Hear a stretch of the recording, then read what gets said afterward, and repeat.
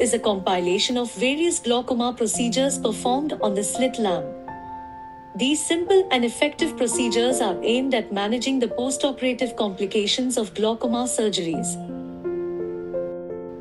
This is a case of a 19-year-old boy who developed high pressure with corneal bullae formation because of steroid-induced glaucoma. And therefore, an ACparacentesis was performed for him on the slit lamp using a 26-gauge needle after anesthetizing the cornea with paracentesis drops. It should be noted that paracentesis is only a short-term measure, and if the IOP is not controlled, appropriate management needs to be done.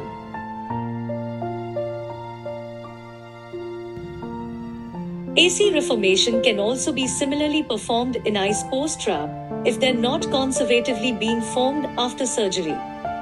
In this case, the AC was noted to be too shallow, even after 5 days post-operatively. And therefore, we went in for AC reformation with air drawing from an air filter. Care must be taken not to injure the lens or the iris. Even if it is quickly absorbed, AC formed with air doesn't collapse, especially if done after 2 to 3 days after the surgery.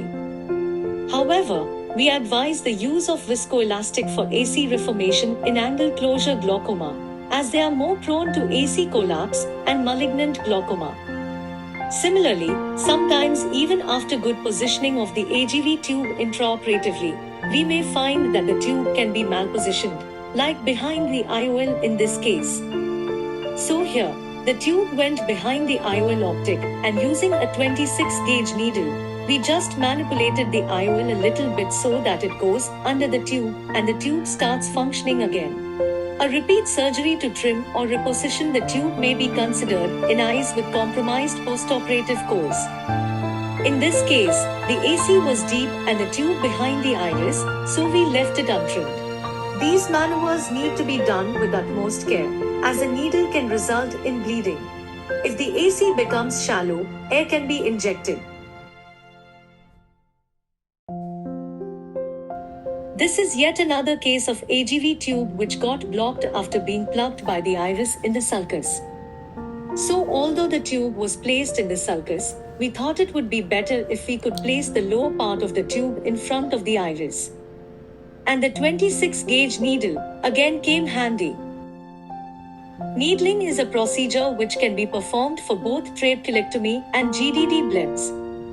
This is a case where needling was done for dense capsule formation around AGV plate. After anesthetizing with paracentesis drops, a windshield wiper movement of 26-gauge needle is done over the plate, taking care not to injure the valve in the plate. This breaks the dense fibrous adhesions and results in increased filtration, resulting in lowering of pressure. If needling doesn't suffice by itself, simultaneous use of mitomycin C can be done on the slit lamp in case of trabeculectomy blebs. Nevertheless, long-term follow-up is necessary. Multiple needling may be needed in AGV blebs like this until they start functioning again. This was a case where pupillary peak could be seen after massage in a patient following trabeculectomy. Despite installation of pilocarpine drops, the pupil did not return back to its round shape, and therefore, a 26-gauge needle was used to pull out the iris from the ostium and to make the pupil round, thus salvaging the bleb. Utmost care must be taken not to directly puncture the iris, as iris is an extremely delicate tissue and bleeds even on minute manipulation. Its risk must be explained to the patient.